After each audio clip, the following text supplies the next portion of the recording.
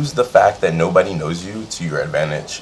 For so many people, I feel like we get caught up in the rat race of really the modern day society of having social currency.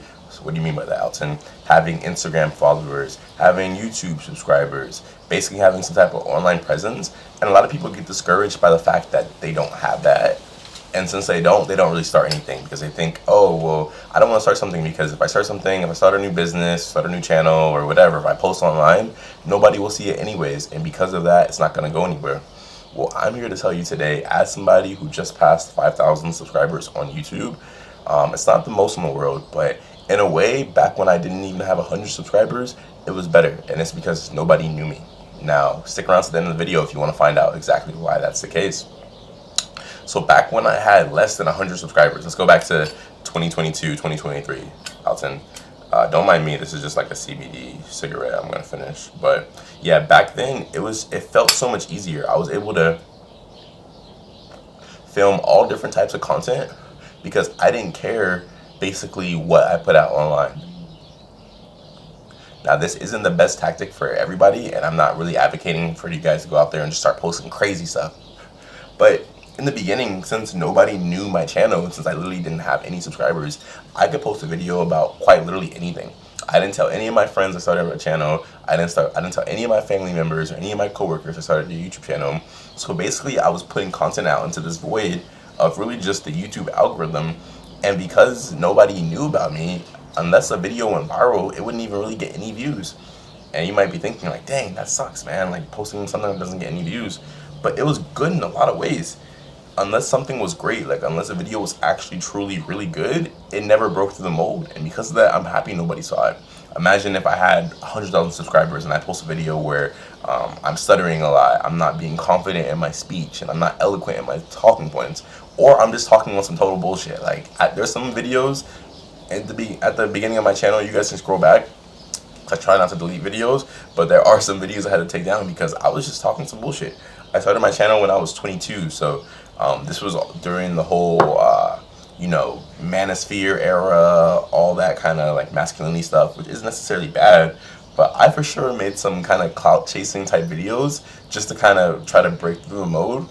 And looking back, I'm so happy none of those videos got big because who knows what would have happened. Maybe people would have tried to cancel me. And I didn't say anything wrong or offensive, but just since I had maybe some video ideas that weren't really positioned the best and some opinions that weren't necessarily entirely my own, in hopes of trying to, like everybody does it, in hopes of just trying to get some attention and trying to get some views and some, some likes and comments and people engaged in my videos, I kind of said some stuff that was like a little bit out of pocket. So in a way, it was good that those videos never went crazy or never went anywhere because that's not something I wanted to be known for.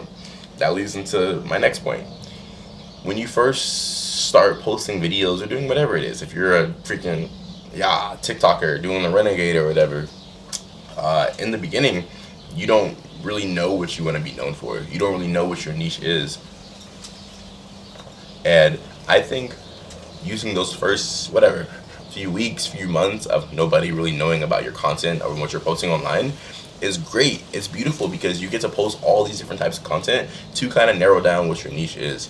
Again, the market will kind of tell you what they resonate with. So whatever videos do tend to go up, you probably do want to stick at least somewhere similar around that niche because it shows that people know you for that. They trust you to talk about things like that. They relate to you in that way. So the algorithm, especially YouTube's algorithm, I don't know too much about TikTok or Instagram Reels or anything, but YouTube's algorithm is really great because if you have a good video, it's going to get seen.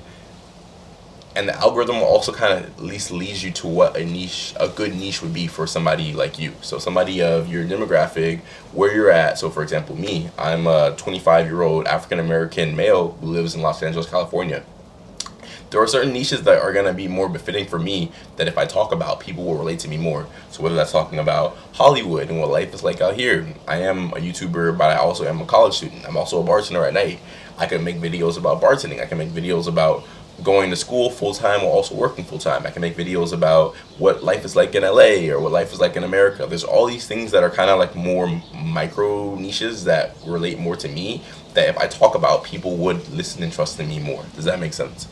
So the beauty about using nobody knowing you to your advantage is that in the beginning, it's just such a beautiful thing. It's like you can post all these different types of content, and slowly but surely YouTube will narrow it down, narrow it down, narrow it down, until basically you working with YouTube, it'll help you find your niche.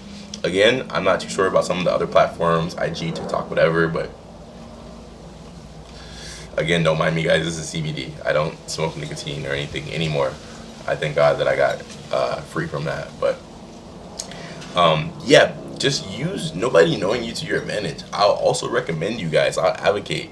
Like I said earlier in the video, do what I did and don't tell anybody about your channel. Don't tell anybody about that thing that you're doing just yet, because again, if you stop that thing or you find out it's not for you, you quit, a lot of times it sucks because people will be like, oh, well, you're not doing the whole YouTube thing anymore. Like, what happened to that?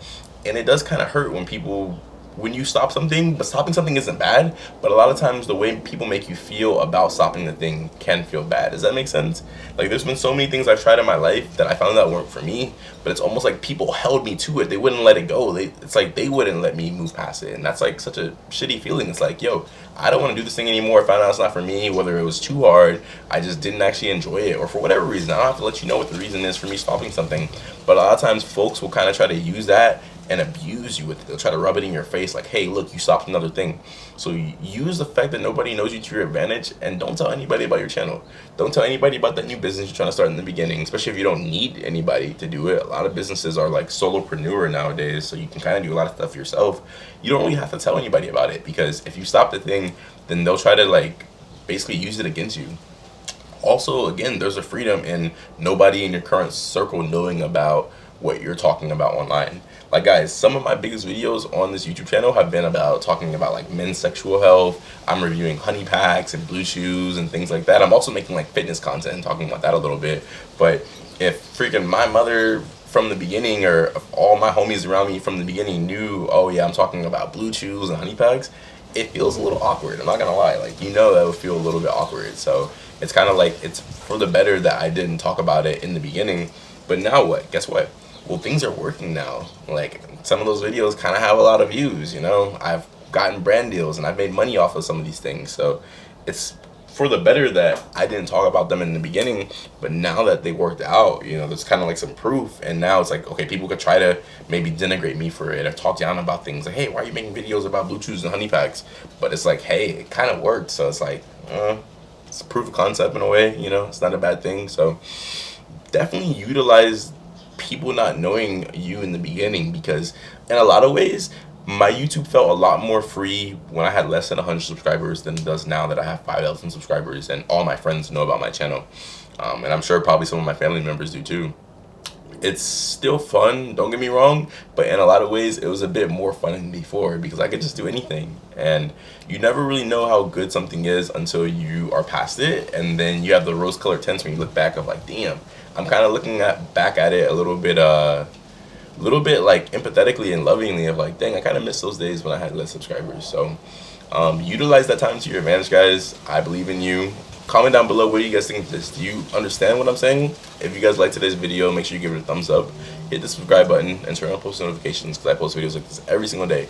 And if this video resonated with you, check out this video over here about starting a YouTube channel even if nobody watches it. I love you guys, and I'll speak with you very soon. I'll see you tomorrow.